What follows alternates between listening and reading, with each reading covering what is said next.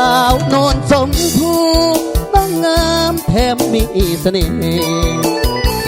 เจ้างามแท้เด้อายเห็นจนโตตะดึงน้องปลูกส้มโอมากโมมากทั่วมากแตงลงหาเจ้าแล้วแก้มแดงควันแพงน้องจงเห็นใจเบาบ้านไกลคนนี้มาขอหักน้องอยากมาบ้านปองสวยน้องนั้นปลูกมากแตงน้องคงบอกว่าหักอายไว้เถิดควันแพงสวยน้องนั้นปลูกมากแตงทุกสาวทุกแรงหาเงินสวยกันเมื่อถึงวันนัดหมายกับสาวคนโกสาวโนนสมภู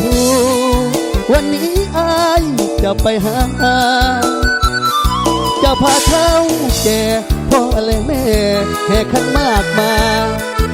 าตามคำเฮาสัญญาสู่ขอทวนตากับสาวโนนสมภู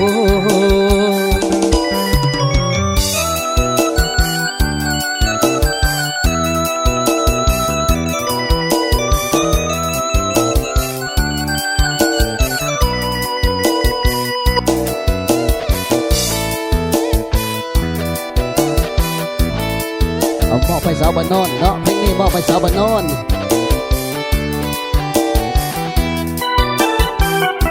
สาวโนนสมภูน้องงามแถมมีเสน่ห์น้องงามแท้เด้อายเห็นจนโตตะดึงน้องปลูกส้มโอมากโมมากทั่วมากแตงลงหาเจ้าแล้วแก้มแดงควันแพงน้องจงเห็นใจเบาบ้านไกลคนนี้มาขอหักน้องอยากมาบ้านปองสวยน้องนั้นพวกมากแตงน้องคงบอกว่าหักอายไว้เถิดควันแพงสวยน้องนั้นพวกมากแตงทุกสาวทุกแรงหาเงินสวยกันเมื่อถึงวันนัดหมายกับสาวคนโกสาวโนนสมภู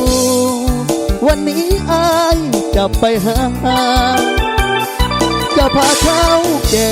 พ่อและแม่ขันมากมาตามคำเฮาสัญญาสู่ขอควันตากับสาวโนนสมภู